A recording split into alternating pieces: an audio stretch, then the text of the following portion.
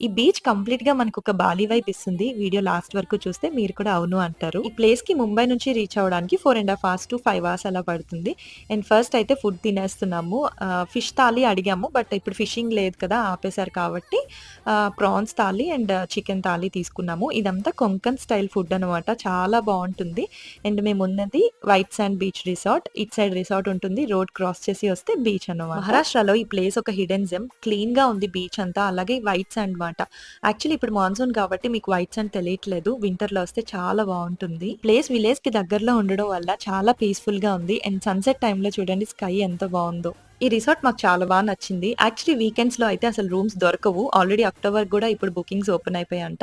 Week days కాబట్టి దొరికింది. And next day మళ్ళీ వచ్చాము సన్‌రైజ్ చూద్దాం అని చెప్పి మార్నింగే. కానీ వర్షం పడుతుంది కదా! సన్‌రైజ్ కనిపించలేదు. మొత్తం క్లౌడీగా ఉంది. నెక్స్ట్ కమింగ్ వీడియోస్ కూడా మీరు చూడాలి అనుకుంటే ఛానెల్‌ని సబ్స్క్రైబ్ చేసేసుకోండి. Bye guys.